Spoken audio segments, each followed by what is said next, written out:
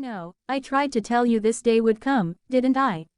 I said it more than once, and I said it with absolute certainty, because when you observe the behavior of individuals like Meghan and Harry long enough, you begin to understand the pattern, a persistent belief in their own version of events, even when everything around them contradicts that version.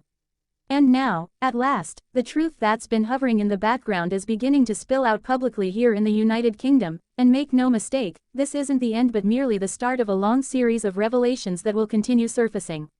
Recently, something particularly fascinating caught my attention involving the revived online format of Spitting Image, that legendary satirical show famous for its wild caricature puppets and fearless commentary.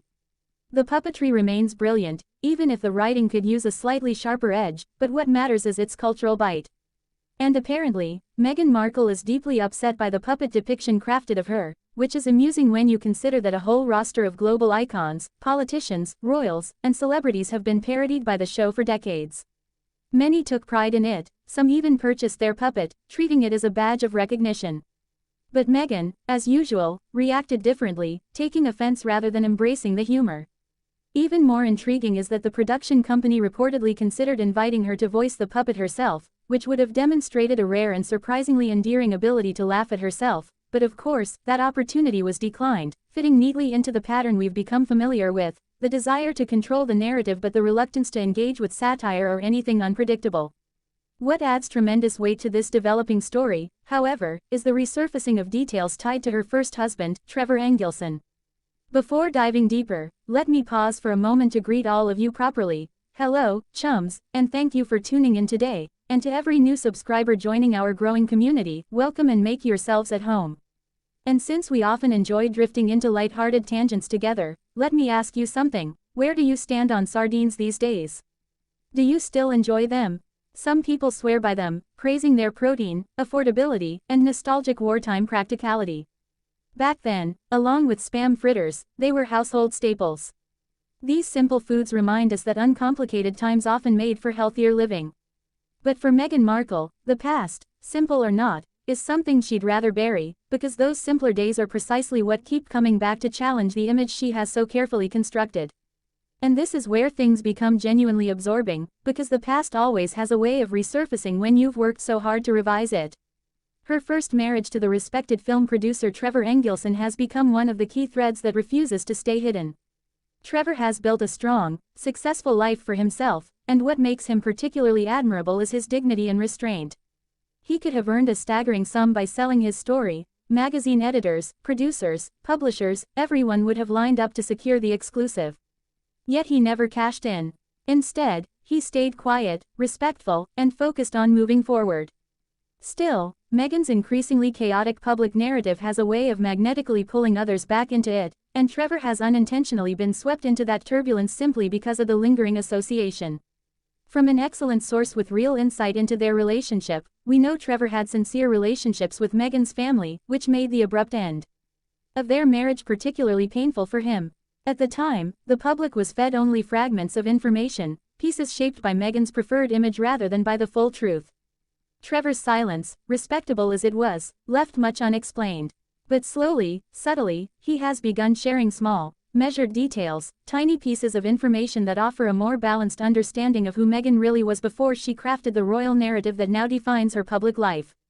One of the most telling anecdotes connects directly to the infamous banana incident, when Meghan and Harry visited an outreach organization for vulnerable women, and Meghan took it upon herself to write affirmations like, "You matter," and "You are valued," on bananas. The gesture left many puzzled, including staff who felt it missed the mark entirely, and Harry's uncomfortable expression spoke volumes.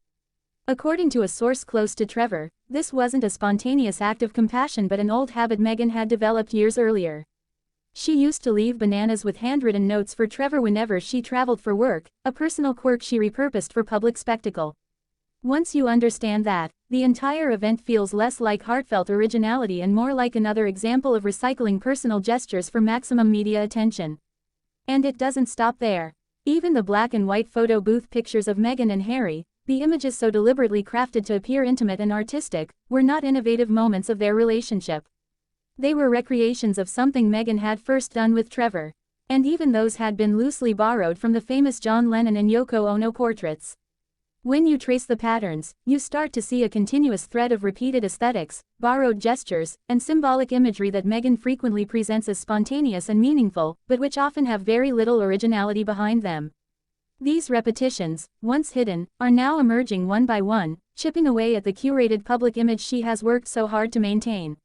And as the protective walls around her begin to crumble, Harry finds himself at a crossroads. Does he continue investing time, money, and emotional energy into shielding a version of events he may not fully understand, or does he turn back toward the charitable work and identity he once held independent of Meghan's influence?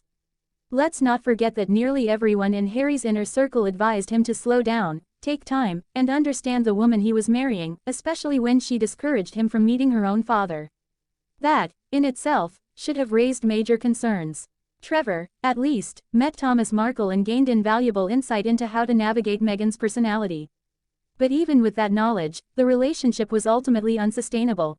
So if anyone believes that Meghan's past will stay buried, they're mistaken.